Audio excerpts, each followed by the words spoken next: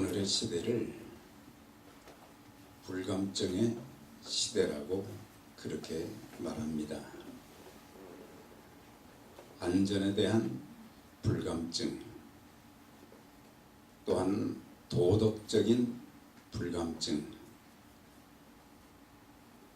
그리고 전쟁의 불감증, 그리고 종말의 불감증, 이런 것들에 대한 이 불감증의 시대라 그렇게 말하는데, 사실 보면 어디서든지 어느 나라든지 안전사고가 끊어지지 않고 인명과 재산에 피해가 많이 일어나도 이제는 하도 많이 일어나서 그런지 별로 대수롭지 않게 여기는 그런 시대가 되었습니다. 성범죄를 지어도 그것이 얼마나 수치스럽고 부끄러운 것인지 심각하게 생각하지도 않습니다. 전쟁의 위기에 처해 있어도 무슨 전쟁이 일어나겠는가, 이런 안일한 그런 태도, 또한 종말 불감증에 걸려서 이 땅의 마지막에 대해서도 무관심합니다. 우리가 이 신약 성경을 보면 예수 그리스도께서 이 땅에 오신다는 재림에 대한 그런 내용이 300회 정도가 나온다고 합니다. 그만큼 이 신약 성경은 그리스도의 재림을, 그리스도께서 이 땅에 다시 오시는 것을 굉장히 많이 강조하고 있는 것을 보게 됩니다. 오늘 이 자리에 참석한 여러분 모두들, 우리 주님께서 분명히 이 땅에 오실 것을 확실히 믿으십니까? 네. 어느 날 갑자기 주님이 재림하신다고 하면 그때 나는 들림 받을 수 있을까? 마태복음 24장은 종말장이라고 부릅니다. 주님께서 재림하시기 전에 이 땅에는 어떤 일들이 일어날 것인지를 말씀해 주시면서 깨어라, 깨어 있어야 된다. 그리고 주님이 오심을 준비해야 된다. 계속해서 강조하고 있습니다. 우리 주님께서 감람산에서 성전을 마주 대하여 앉으셨습니다. 거기에는 베드로, 안드레, 야고보, 요한이 주님께 묻습니다. 이제 무엇을 물었는가? 사실 그 제자들은 예루살렘 성전이 그렇게 웅장하고 아름답게 지어진 그것을 보면서 자랑스럽게 그걸 자랑을 했어요. 그런데 주님께서는 이것이 돌 하나도 돌 위에 처음 놓이지 않고 다 무너지게 될 것이다. 그런 말씀을 했을 때에 어느 때 이런 일이 있겠사오며, 그러니까 성전이 언제 파괴될 것이며 또 주의 임하심과 세상 끝에는 무슨 징조가 있겠습니까? 그때 주님이 답변하시기를 미혹을 받지 않도록 주의하라. 그래서 이 마지막 때는 미혹하는 자들이 너무 많을 것이다.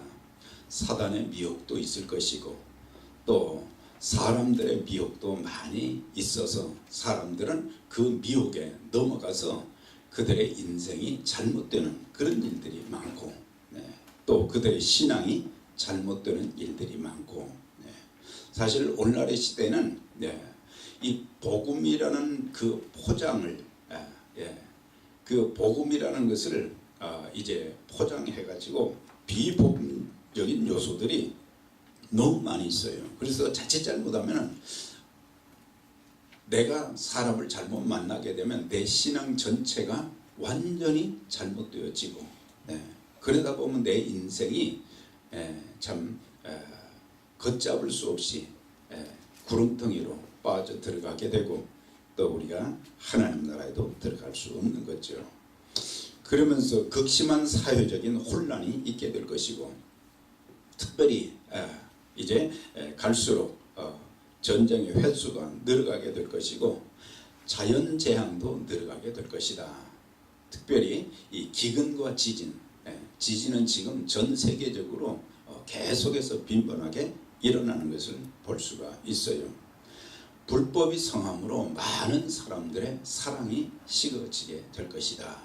그래서 마지막 때의 징조 중에 하나는 사람들의 마음이 점점 식어져서 또 다른 사람들에 대해서도 무관심하고 영혼에 대한 그런 관심도 서서히 줄어들게 된다. 그러면서 그날이 가까워지게 되면 큰 환난이 있게 될 것이고 주님의 재림이 있게 될 것인데, 그날에 구원받은 믿음의 사람들을 이제 하늘 이 끝에서 저 끝까지, 그러니까 전 세계에 흩어진 사람들 중에 예수 그리스도를 구세주와 주님으로 영접한 사람들, 예수 그리스도의 오심을 기다리는 그런 사람들을 전부 이제 모아서 그들 모두가 공중으로 들림받게 될 것이다.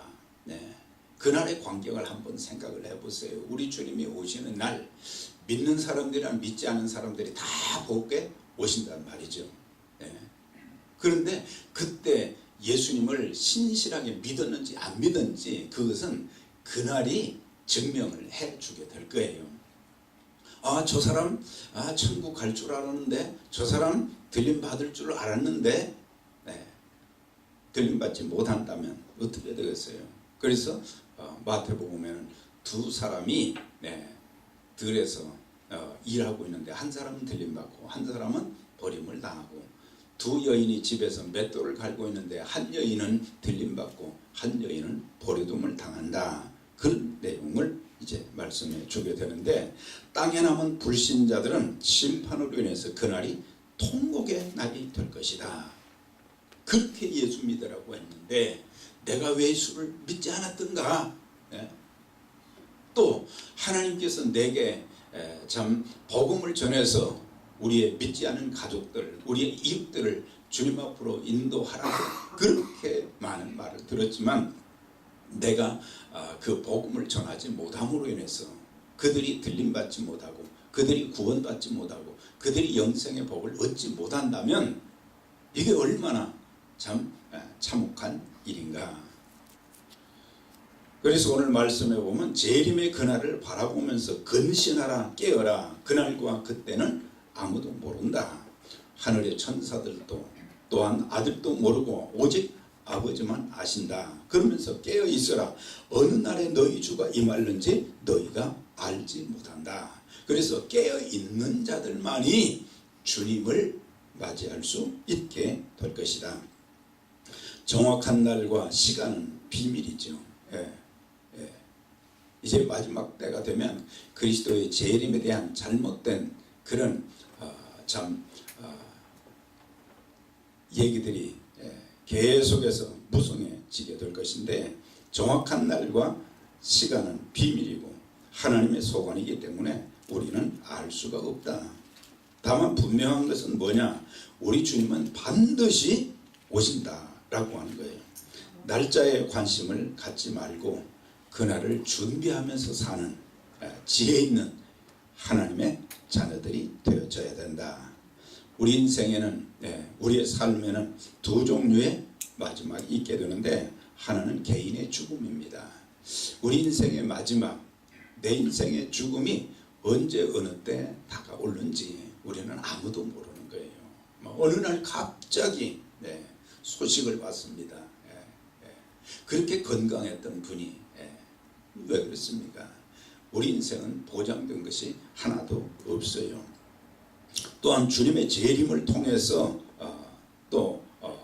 그날이 자칫 잘못하면 덫과 같이 이르는 그런 날이 되기 때문에 깨어 있어야 된다. 이것을 통해서 뭘 가르쳐 줍니까? 우리 인생의 마지막 주의 재림이 있게 되면은 우리에게는 더 이상의 기회가 없다고 하는 사실이에요. 그날 내가 믿어야 되겠다. 이미 too late이라는 말이죠. 내가 좀 고쳐야 되는데 고칠 수 있는 기회도 없다고 하는 거예요. 우리 모두가 생각하는 거지만 참 지혜 없는 거죠. 내가 좀 나이가 좀 젊었으면은 좀 내 인생을 제대로 좀 살아볼 것인데, 그런데 제대로 살지도 못하고 인생이 그냥 살과 같이 그냥 흘러가 버렸단 말이죠. 네. 그런데 우리가 다시 젊은 시기로 돌아갈 수 있는 것도 아닙니다.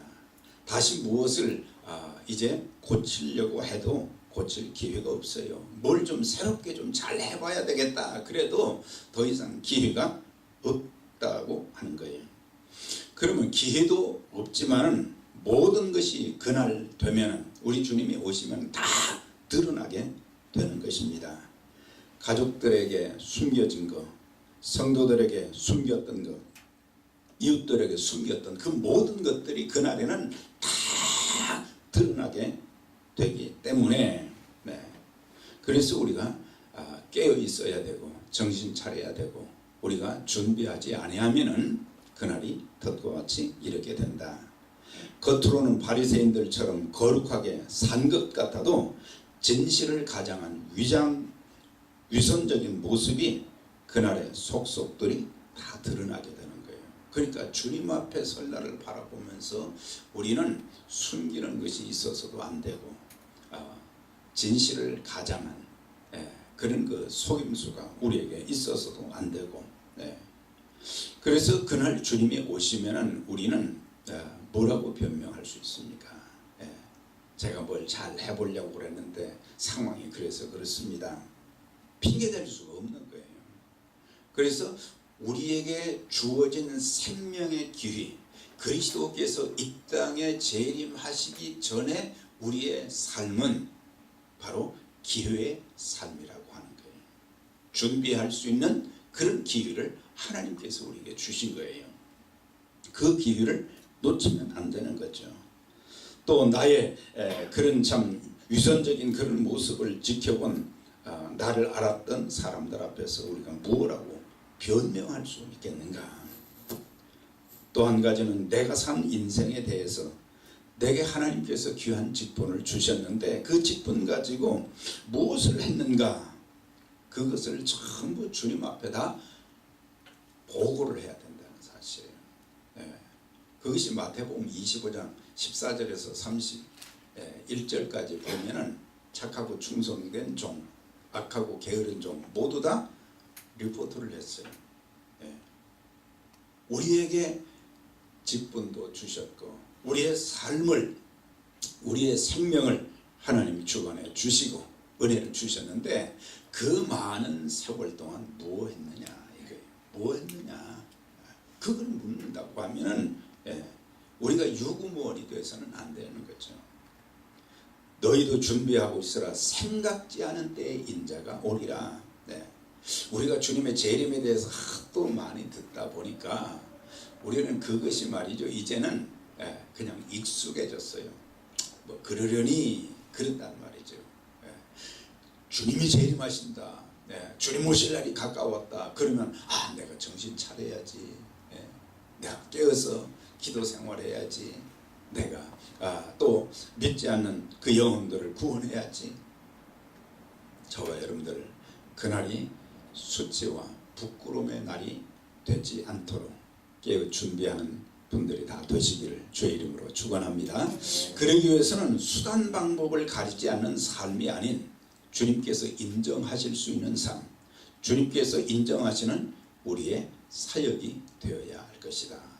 살기는 살았는데 내가 뭔가 종교적인 행위를 한다고는 했는데 우리 주님이 그것을 인정하지 않는다면 내가 뭔가 열심히 사역한다고 했는데 하나님께서 그건 너를 위해서 한 것이 나를 위해서 한 것이 아니다. 그러면은 그 어떻게 되겠어요? 돌이킬 수가 없는 거죠. 그래서 우리는 이 땅에 살면서 주님 보시기에 깨끗한 삶을 살아야 된다는 거죠. 사람들이 보거나 보지 않거나 우리가 하나님 앞에서의 그런 삶을 살아가야 되는 거예요.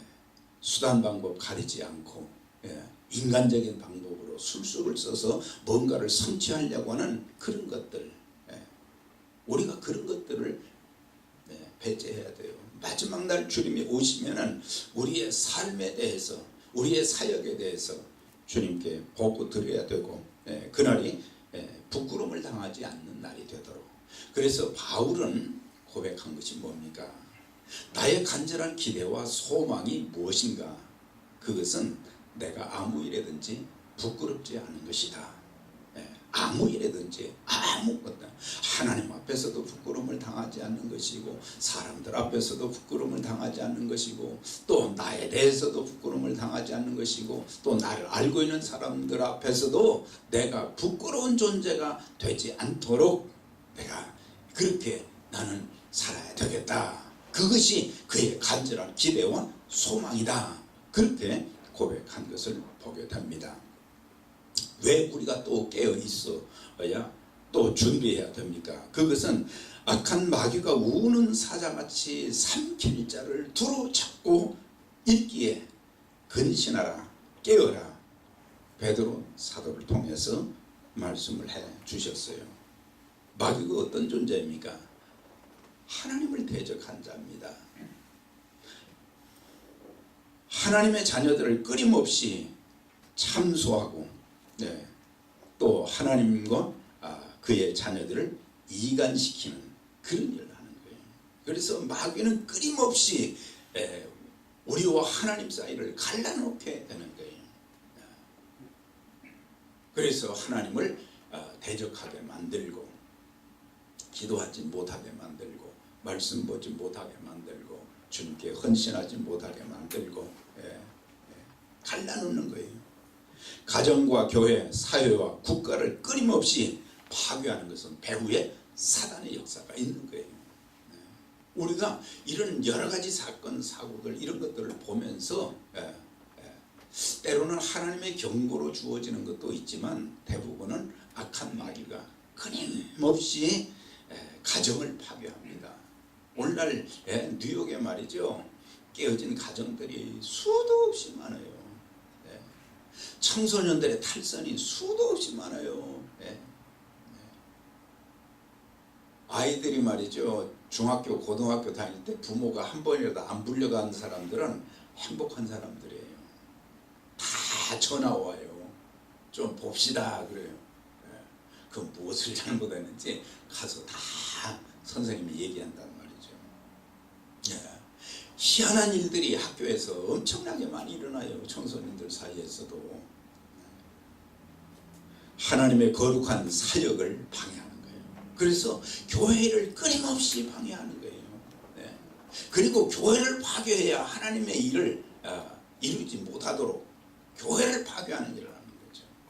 그러니까 목회자와 성도들이 깨어있지 않게 되면 항상 빈자리가 생기는 거죠. 구멍이 생기는 거예요. 그 틈타는 거예요. 언제 어느 때 공격하며 침투할지 모르기 때문에 말씀과 기도로 무장하지 않으면 속수무책으로 당하는 거예요. 준비하지 않으면 속수무책으로 마귀에게 당하는 거예요. 그래서 사도 바울은 에베소 교회 성도들에게 하나님의 전신갑주로 무장해라 그랬어요. 전신갑주로 무장하지 않고는 마귀를 대적하여 싸워 승리할 수 없고, 우리에게 주어진 귀한 하나님 나라의 복음 사명도 감당할 수 없다. 사명 감당하지 못하게 우리에게 열정을 자꾸 식어지게 만드는 것도 마귀가 하는 일이거든요. 그래서 내가 열정이 지금 뜨겁지, 신앙도 사역에 대한 참 간절한 그 사모함도 없고, 또 뜨겁지도 않고 차지도 않은 그런 물처럼 우리를 그렇게 만들어 간다는 것입니다. 그렇기 때문에 이제 우리에게 깨어 있으면서 깨어 있는 사람들은 충성되고 지혜 있는 종으로서의 삶과 사역을 감당하게 된 것이다. 충성된 종이 되라 그랬어요. 여기서 충성되다는 믿을 만한 종이 돼야 된다. 하나님이 믿을 만하고 사람들이 좀 믿을 만해야 된다는 거예요. 오늘은 참 오늘 시대는요, 사람들을 믿을 수가 없어요. 그건 저를 포함해서 마찬가지예요. 뭔가 좀 기대를 걸고 그러는데 어느 날 보면은 그냥 기대를 무참하게 짓밟는 그런 일들이 참 많이 일어나고 있고, 또 분별력이 있는 것이다. 바른 판단력이 있다는 그런 뜻이 지혜 있다 그런 것입니다.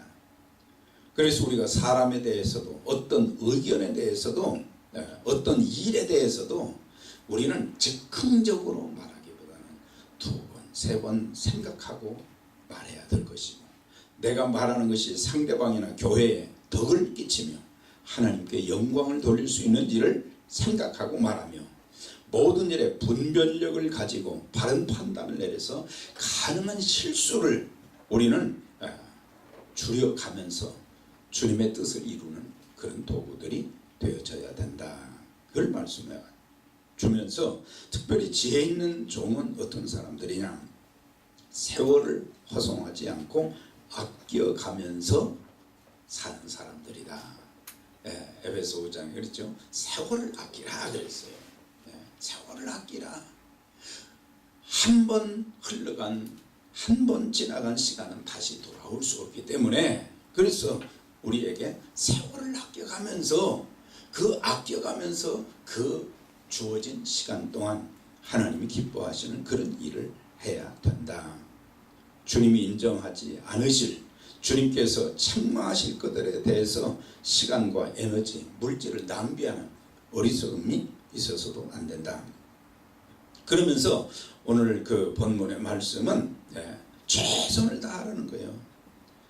그 집 사람들을 맡아 때를 따라 양식을 나눠줄 자가 누구뇨?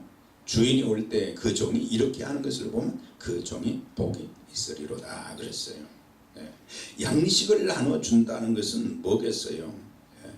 그것이 복음을 전하는 일도 될 수 있고, 우리가 교회를 통해서 우리에게 주어진 그 사역들, 그 하나님의 일들 모두를 말하는 거죠. 그러니까 우리 주님이 오실 때 우리가 어떤 모습으로 깨어서 살고 또 깨어서 사역해야 될 것인가, 바로 그때 주님이 이렇게 참 우리들이 섬기는 모습을 보신다면 그 종은 정말 복이 있는 종일 것이다. 2000년 통계에 성경이 전 세계 2527개 언어로 번역이 되었다고 합니다.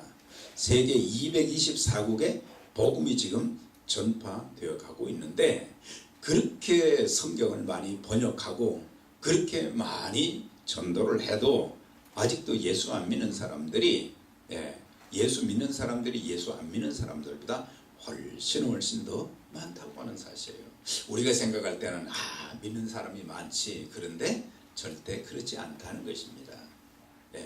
뉴욕에 교회가 500개가 있고 600개가 있어도 사실 안 믿는 사람들이, 교회 안 나오는 사람들이 훨씬 더 많다는 사실이에요.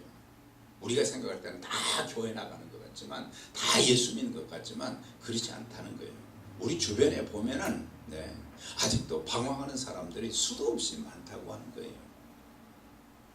2010년 미국의 그 유명 여론조사 기관인 퓨 리서치 센터가 있는데, 거기서 글로벌 종교 현황을 발표했어요. 전 세계 232개국을 대상으로 종교에 관한 각종 자료들을 조사 분석한 그런 보고서인데, 그 보고서에 따르면 이게 2010년 거예요. 세계 인구 69억 중 무려 58억이 종교를 가지고 있다. 69억 중 58억이 종교를 가지고 있다. 그런데 그 통계를 보면 기독교, 그러니까 여러분들이 잘 아셔야 돼요.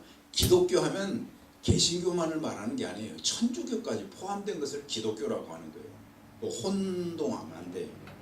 그러니까 천주교하고 개신교하고 프로테스탄트, 개신교하고 합해서 저는 그걸 합하는 것을 원치 않습니다만은, 천주교하고 개신교하고는 엄청난 이 성경의 가치에 대해서, 복음의 가치에 대해서 차이가 굉장히 많기 때문에, 그렇지만은 그 통계에 보면 개신교, 천주교를 합해가지고 얼마가 되느냐, 22억이 된다.